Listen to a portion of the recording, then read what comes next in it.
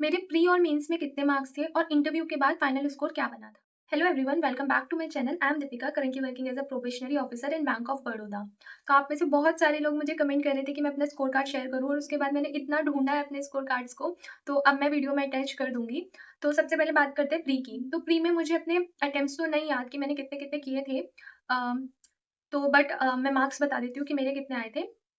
मेरे रीजनिंग में जो मार्क्स थे वो 22.75 थे, इंग्लिश में 16.75 और क्वांट्स में 23.75। अब मुझे नहीं पता ये नॉर्मलाइजेशन की वजह से कम थे या फिर मेरे कुछ गलत गया था इंग्लिश में।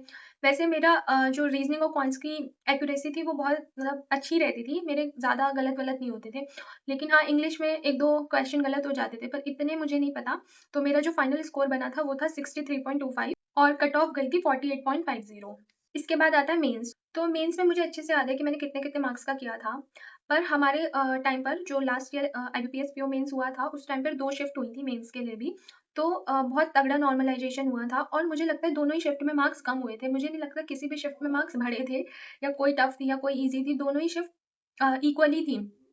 तो अ, मैंने जो क्वेश्चन किए थे रीज़निंग में, मैंने किए थे 25 मार्क्स का और मुझे मिले थे 24 मार्क्स। उसमें मैं सैटिस्फाइड थी कि हाँ, ठीक है, 1-2 मार्क्स तो इधर-उधर होता है। फिर उसके बाद इंग्लिश में मैंने किया था 25 मार्क्स का, उसमें मुझे मिले थे 18 मार्क्स। वो भी ठीक था कि हाँ, इंग्लिश में कुछ ना कुछ गलत हो जाता है। फिर उसके बाद क्वांट्स, जो सबसे बड़ा झटका मुझे लगा था वो क्वांट्स था।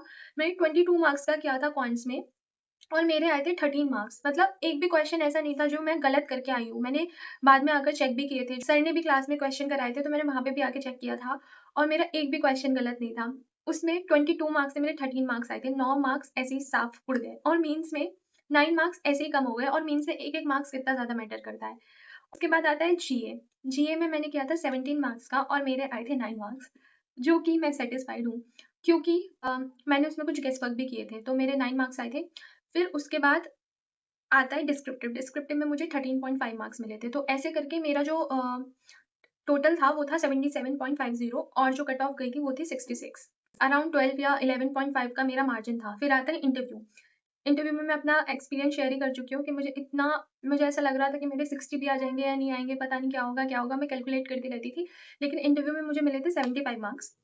उसके बाद जो मेरा फाइनल स्कोर बना था वो था 42.56, इससे मुझे मेरी सेकंड प्रेफ़रेंस ही मिल गई थी bank of Baroda. So that is all for this video. Bye bye.